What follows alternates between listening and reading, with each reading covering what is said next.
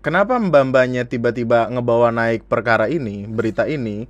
Karena ya ada rasa-rasa, lu tahu kan, ketika maksudnya yang sumbat-sumbat harus terbuang nih. Maksudnya kayak daripada perasaan gue nggak enak, luangkan aja biar lega gitu. Tapi tiap cewek yang gue deketin langsung mundur dengan klausul gitu. Berarti emang mereka ada bibit-bibit selingkuh, apa klausulnya yang harus gue ganti? Otak lu ganti.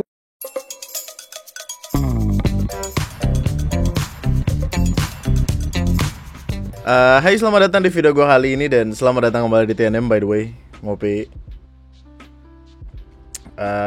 Beberapa hari ke belakang sudah banyak sekali kasus-kasus masih tentang pejabat, masih tentang kekayaan mereka yang diurek-urek sama orang. Terus ada perkara mas-mas macan itu kan. Maaf, perkaranya lagi naik di Twitter segala macam, rame lah intinya gitu, rame.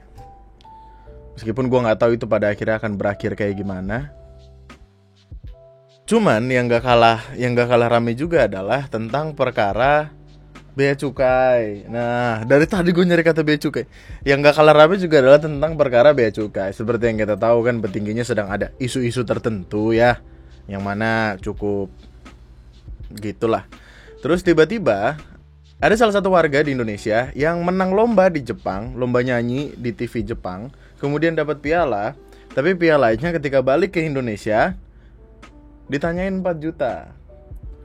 Mungkin lu ada pernah ngedenger mbak-mbak ini nyanyi lagunya Naruto yang Aoi Aoi Anosora gitu, seinget gue. Aduh, apa sih namanya? Aoi Aoi Anosora, Bluebird. Ya Allah, Bluebird. Kenapa nggak Grab Car? 7 tahun lalu. Waktu dulu kan sempat ada YouTube yang di-download gitu kan. Terus gue simpen di HP karena emang suaranya bagus gitu kan. Fatimah Zahra Tunisa. Ya gitulah, pokoknya 2015 men. Dan ini menjadi salah satu fenomena yang cukup gede pada waktu itu, karena kita lagi bicara ini lagu Jepang, soundtrack dari anime yang berasal dari Jepang, di cover sama orang Indonesia lo menang. Meskipun gue nggak tahu ya kompetitornya siapa aja gitu, siapa tahu nggak ada satupun orang Jepang atau gimana, kita nggak tahu lah. Tapi intinya menang, ngebawa piala ke Indonesia, sampai bea cukai kok dipertanyakan. Cuman emang ya berita lama. Kenapa mbak-mbaknya tiba-tiba ngebawa naik perkara ini, berita ini? Karena ya ada rasa-rasa, lu tahu kan, ketika maksudnya yang sumbat-sumbat harus terbuang nih. Maksudnya daripada perasaan gue nggak enak, luangkan aja biar lega gitu. Karena emang kekesalannya terlihat banget dari tweet mbaknya. Dan ketika gue ada di posisi yang sama, gue pasti akan ngerasa kesal juga. Bentar, gue cari tweetnya. Nih, sebelumnya ada permasalahan yang terjadi dengan bea cukai lah gitu-gitu. Intinya ada kalimat, ada orang dikirimin artwork, ya karya seni gitulah, dikirimin dari Amerika ke Indonesia gratis, tapi tiba-tiba masuk ke Indonesia kok ada perpajakan 577.000. Bea cukai kemudian minta maaf, terus ngejelasin kalau setiap barang yang masuk ke Indonesia dianggap sebagai barang import, terutang bea masuk dan pajak import, termasuk gift, which is hadiah pun akan kena pajak gitu kan. Dan begitulah kalimat dari orang-orang juga, karena kalimatnya adalah, gue juga nih pernah dikirimin ini dari luar, gue pernah dapat tanda tangan pemain bola, tapi masa masuk ke sini bayar pajak sekian juta lah, gitu-gitu segala macem dong. Terus yang jadi pertanyaan, sosialisasinya kan kita nggak tahu nih. Well, gue mungkin nggak tahu karena gue nggak pernah keluar negeri segala macem, gue nggak pernah nerima barang yang gimana banget. Paling mentok beli AliExpress yang 0,99 itu harganya. Terus dari tweet minta maafnya bea cukai, Mbak Fatimah Zahra Tunisa kemudian menceritakan apa yang terjadi, kekesalannya yang sudah dipendam 7 tahun lamanya. 8 kan 2015, 8 tahun 2023 ya. 2015 menang acara nyanyi di TV Jepang, pialanya dikirim ke Indo karena gede banget buat dibawa di pesawat. Ditagih pajak 4 juta, padahal dia lombanya nggak ada hadiah uang, cuma piala itu doang. Menang lomba kok nombok. Nah, dari tweet ini langsung rame dong, viewsnya 3,1 juta men. Secara insight itu tuh gede banget lah, itu menyita perhatian publik. Apalagi dengan kekesalan kebanyakan orang akan apa-apa yang terjadi beberapa hari ke belakang kan. Terus ya udah diluapkan semuanya. Nggak terima dong, akhirnya ngajuin apa ya istilahnya ribet deh, butuh banyak surat lalala segala macem. Mana waktu di kantornya disuruh nyanyi buat buktiin bisa nyanyi apa enggak. Lur. Susah ya. Misalkan ada orang tiba-tiba dapat penghargaan di luar negeri sebagai office boy terbaik, apakah dia harus ngepel tempat itu? Kan enggak gitu. Maksudnya enggak masuk akal pertanyaannya tuh. Saya menang lomba nyanyi. Kamu yakin bisa nyanyi? Coba dah gitu. Apa sih? Tapi ya meskipun mereka akhirnya percaya aku menang lomba, masih ditanya lagi, kamu ada uang berapa sekarang? Bisa bayar berapa? Tentu kalimat ini hanya oknum. Tidak mungkin semuanya begini. Oknum. Dan kita juga gak tahu, mungkin oknumnya sudah dipecat karena kelakuannya. Kita gak tahu loh. Siapa tahu emang udah gak ada sekarang karena kelakuannya kayak gini. Gak tahu. Tidak mungkin beli sepatu mahal. Wah kacau, emosi banget. Hadiah sendiri masa disuruh bayar? Aku jawab, goceng buat ongkos naik angkot pulang. Meskipun pada akhirnya bisa ngebawa pulang pialanya gratis, Mbak Fatimah ini masih tetap kesel sama kalimat kamu bisa bayar berapa. Kesannya kayak, ya masa ini kan piala buat gue bro, masa gue nego, masa gue ngebeli pialanya, ngapain gue ikut lomba kalau gue bisa beli. Itu tahun gue beli dari awal, bilang aja Jepang tulisannya udah. Mau bilang juga makasih juga buat yang udah upload ini ke YouTube, karena copyright Jepang kejam betul. Ya, hati-hati kita kayaknya. Biasanya susah nyari link acara TV bla bla bla bla bla bla. Terus ada pertanyaan, kenapa cerita 2015 baru cerita sekarang? Ya aku masih dendam sama Bea Cukai, pengen ngomel karena baca tweet tentang Bea Cukai men-trigger emosi. Gak taunya rame mau kirim opini naon deh.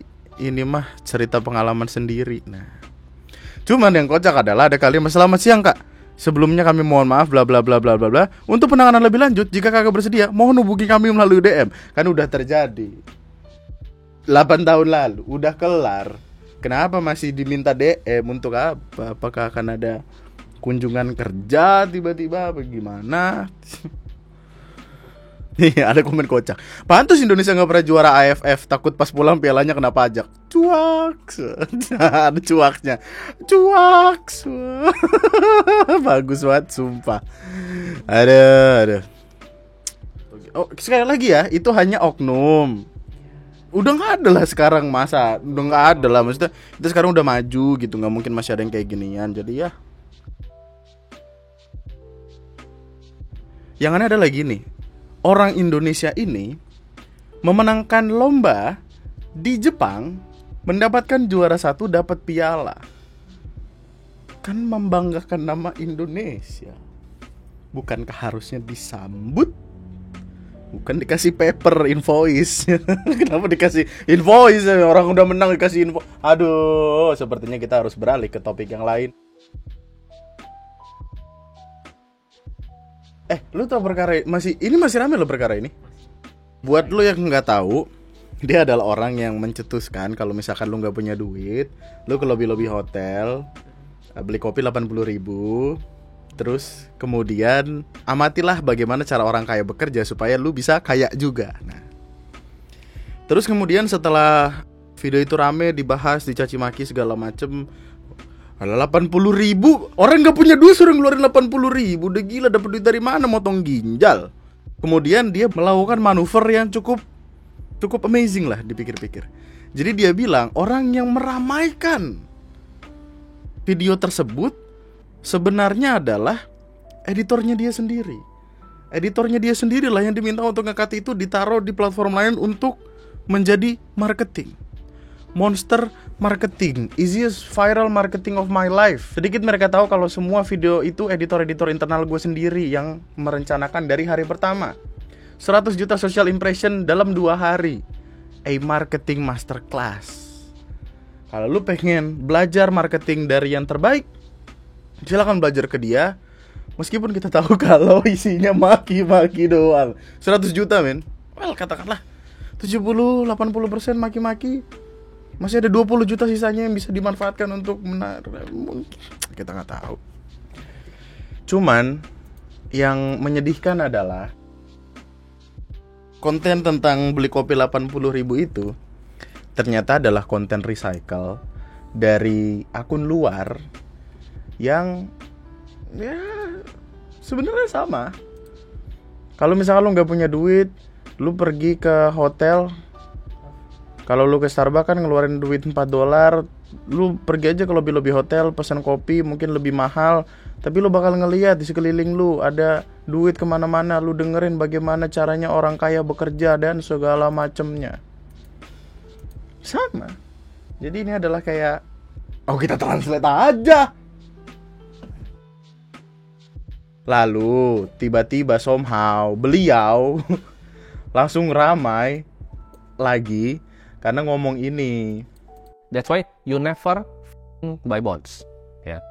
Obligasi adalah instrumen untuk orang bodoh. Ini gue akan sebut sini. Mau marah mau menteri keuangan marah, gue akan bilang obligasi itu adalah instrumen untuk orang bodoh. Wah sayang sekali gue punya obligasi. Fuck, gue bodoh berarti. Wah aku bodoh. Tapi tidak apa-apa. Aduh. Gue pengen tahu sih dia kabarnya gimana sekarang. Well, masih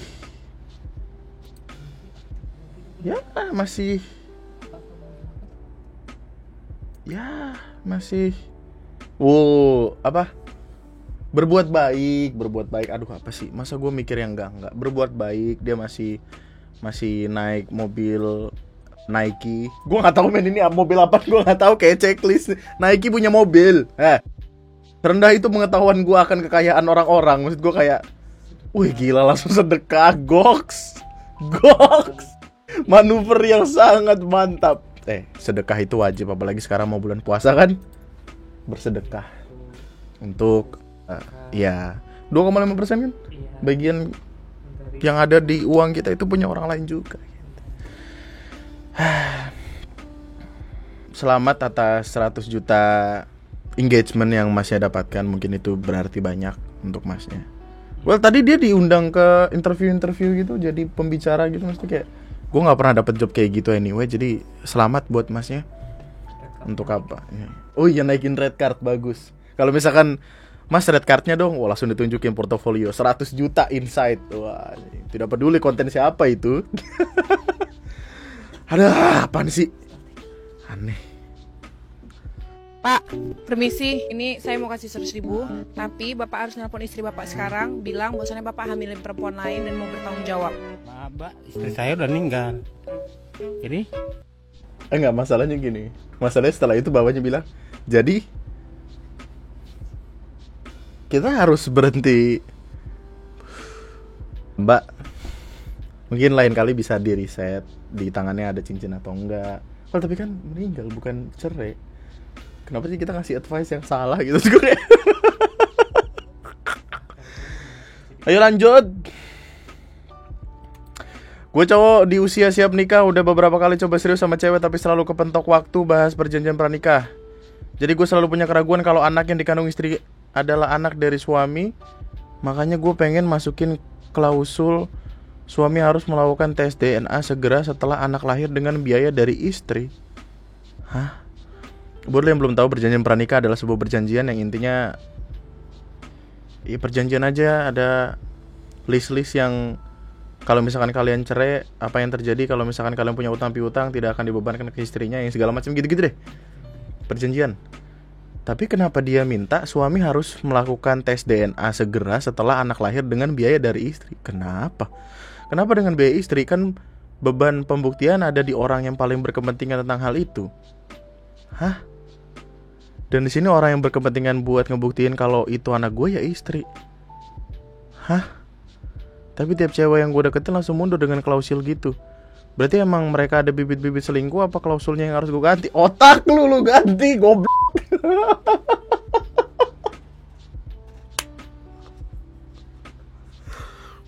Soalnya kalau disuruh hapus tuh klausul, gue nggak mau. Lu.